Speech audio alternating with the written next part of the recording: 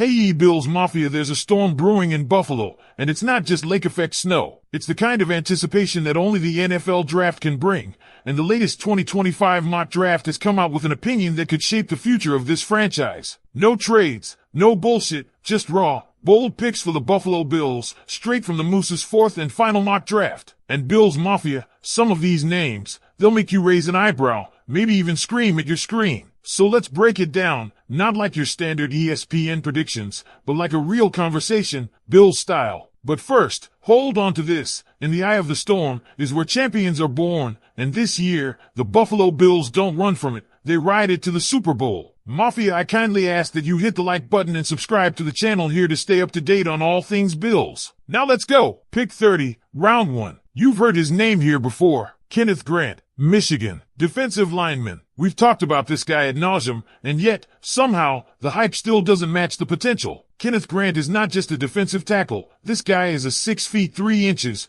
342-pound problem for offensive lines. He's not just big. He's quick. He's explosive. He's the kind of guy that makes O-linemen panic on film study day. And Moose isn't just casually dropping his name. He's planting a flag. Literally. This is the guy. Let's not gloss over what that means. Kenneth Grant is drawing comparisons to Jordan Davis of the Eagles, that same mix of freakish size and rare agility. 22 years old in October, improving every season, better hands, better awareness, better weight distribution. That's not projection. That's progression. And if this guy falls to 30, and Brandon Beane doesn't turn in that draft card faster than Diggs turns on a slant route, it'd be malpractice. Then things get complicated. Round 2, pick 1. Benjamin Morrison, Notre Dame, cornerback. Now hold on, this is not your average corner. Morrison is the kind of dual-threat DB the league is obsessed with right now. Lockdown man coverage and zone flexibility. He's a playmaker, 84 tackles, 27 pass breakups,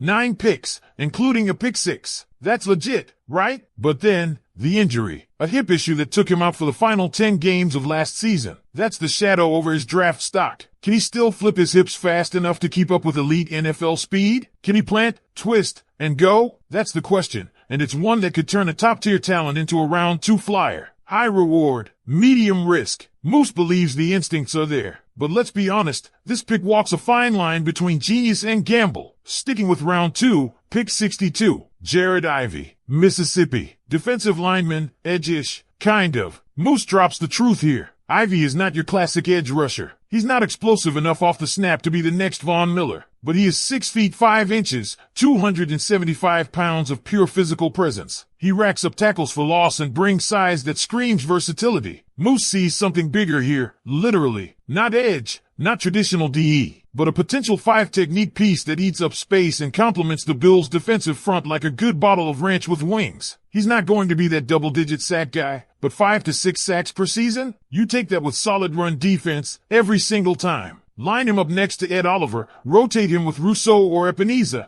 and suddenly the front 7 starts looking real mean, real fast. 4th round, pick 1. Now this one's spicy. Savion Williams, TCU. Moose calls him Diet Cordarrelle Patterson. That's a heck of a comparison, and there's weight behind it. He's 6 feet 4 inches, 222 pounds, fast, explosive, and unpolished. His route tree isn't NFL ready, and yeah, he dropped 8 passes in his senior season alone. Not ideal, but the potential? It's there. This isn't your WR3. This is your wild card. Wildcat formations, jet sweeps, trick plays. Think Deebo Samuel with a leaner frame. Savion's ceiling isn't WR1, it's X Factor. 35 to 40 catches, 500 plus yards, splashy touchdowns. Just imagine him taking a reverse 30 yards to the house in the snow at Highmark. That's the vision. A weapon, not a volume guy. And for a Bills offense that keeps evolving, it's a risk worth taking. Now, round 4, pick 2. Mello Dodson, Kansas, cornerback. Wait, another CB? Yep, and this one's different. Mello is a ball hawk, 5 interceptions, 2 pick sixes in 2024. Aggressive, instinctive, and not afraid to jump a route. Sounds great, right? But here's the rub. He struggles in complex coverages. Intermediate routes and double moves, he gets burned. Moose is honest here. This is a sit-and-learn guy. Mello's not coming in to start day 1. He's a developmental pick. Think Christian Benford 2.0, a guy you stash, coach up,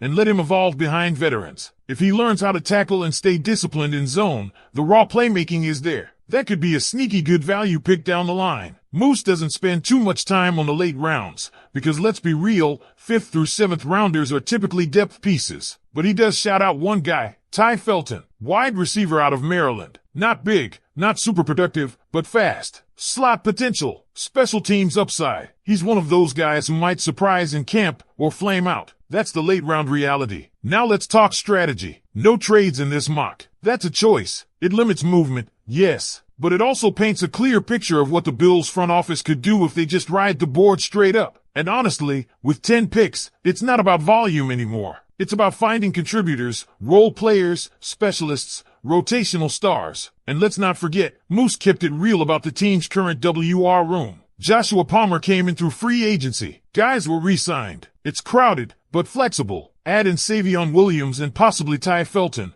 and you've got layers of versatility that could sneak up on opponents. So that's the breakdown. No trades, no smoke screens. Just 10 picks that could shake up the Bills' depth chart and plant the seeds for a dangerous 2025 run. Kenneth Grant as the cornerstone. Benjamin Morrison as the high upside risk. Jared Ivey as the trench monster. Stefon Williams as your wild card. Mello Dodson as the slow burn. Sprinkle in some depth and you've got a class that may not headline ESPN, but could quietly shape the future of Buffalo's identity. Now I've got to ask you, Bills Mafia, what do you think? Did Moose nail the Kenneth Grant pick? Would you have rolled the dice on Morrison's hip? Are you ready to see Stefon take a jet sweep to the house? Or is this mock draft missing that one spark, that one big swing? Drop your thoughts in the comments. Grade these picks A, B, C, D, or F, and tell me why. We're building the future here, and every voice counts. Let's get this conversation rolling, right here, right now. Because let's be honest, every single draft class becomes part of this team's DNA. Every name called, every card turned in, that's more than just a pick. It's a statement. And Moose's mock doesn't just hand out names. It paints a picture of what Buffalo's front office might be thinking. Think about it. No WR in the first round, no aggressive trade up, no flashy QB or RB splash. This mock is about defining the trenches, fortifying the defense, and taking selective risks on offensive versatility. And that's where the real intrigue comes in. Because you start to look at this list and ask, what's the plan here? Kenneth Grant and Jared Ivey? That's a double investment in the D-line. You don't make that move unless you're betting that pressure up front is going to carry the defense. That means confidence in your linebackers, confidence in your secondary, or maybe a quiet concern about the age and durability up front. Could this be an insurance policy for Ed Oliver's long-term outlook? Or maybe a contingency plan for Miller's decline? That's what makes the Kenneth Grant pick so important. He's not just a piece. He could be the anchor by 2026. Then you look at the corners, Morrison and Dodson. That's two very different styles. One is polished but possibly brittle. The other, raw but explosive. It's like Beans playing chess while everyone else is watching TikTok highlights. You draft a Morrison because you want someone to contribute quickly, maybe even take nickel reps in year one.